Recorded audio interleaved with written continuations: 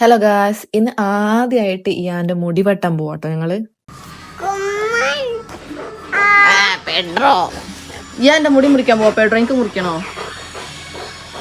മുടി വളർത്താൻ തന്നെയായിരുന്നു കേട്ടോ പ്ലാന്. പക്ഷെ വളർന്നു വന്നപ്പോ ഒരു ലെവലില്ല. അപ്പൊ അതൊന്ന് ലെവലാക്കണമെന്നുണ്ട്. കുറച്ച് വേറെ എന്തെങ്കിലും പറ്റിയാൽ ഹെയർ കട്ട് ചെയ്യണമെന്നും ആഗ്രഹമുണ്ട്. നോക്കാൻ പോയിട്ട് എന്താ അവസ്ഥ എന്നുള്ളത്. എനിക്ക് ഒരു പ്രതീക്ഷയൊന്നും ഇല്ല ഇവ നിന്ന് തരുന്നുള്ളത് തന്നെ. പക്ഷെ ഞാൻ രാവിലെ മുതലേ ഇവനെ സോപ്പിട്ട് മയക്കി ഇങ്ങനെ കൊണ്ട് നടക്കുക. പക്ഷെ അത് പാളിപ്പോയി. പോകാൻ നേരത്തെ തന്നെ എവിടെയോ തലയിടിച്ചിട്ട് ഫുള്ളും കരച്ചിലും ബഹളക്കി. എന്നെ ഒരു കണക്കിന് എന്തൊക്കെയോ പറഞ്ഞു ഓക്കെ ആക്കി ആളെ ഇങ്ങ് കൊണ്ടുപോയി. ഞങ്ങള് പോയത് പേരാമ്പ്രയിലെ ലാബോലാണ് കേട്ടോ. അവിടെ പിന്നെ പ്രത്യേകം പാർക്കിംഗ് ഒക്കെ ഉള്ളതുകൊണ്ട് കുറച്ച് സൗകര്യമാണ്. ഇവിടെ എത്തിയിട്ടുണ്ട്. ഇനി എന്താ അവസ്ഥ എന്നറിയില്ല. നിന്ന് തരുമെന്ന് ഒരു ഉറപ്പില്ല. കൂട്ടത്തിൽ എനിക്കൊന്നും ചെറുതായിട്ട് ഹെയർ ഒന്ന് കട്ട് ചെയ്യണം എന്നൊക്കെ ഉണ്ട്. നോക്കാം.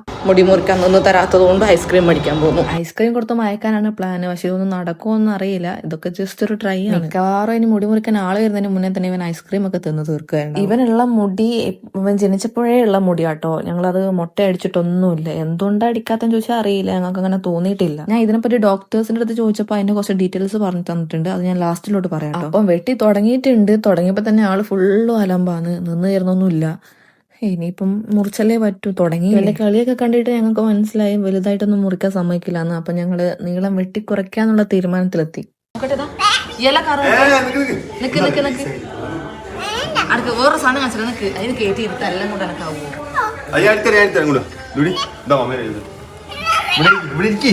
അതെന്നാ ഞാൻ എടുത്തോന്നാ.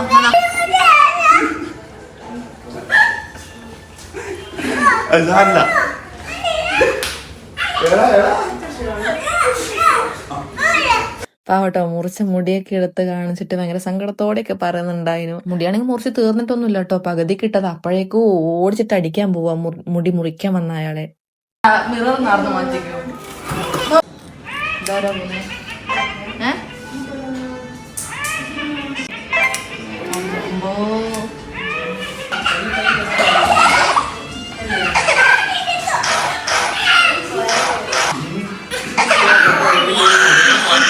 ഞാൻ തീരെ ഇഷ്ടമായില്ല കേട്ടോ മുടി മുറിച്ചത്. പിന്നെ ഞാൻ അവരെ പറഞ്ഞു വിട്ട്.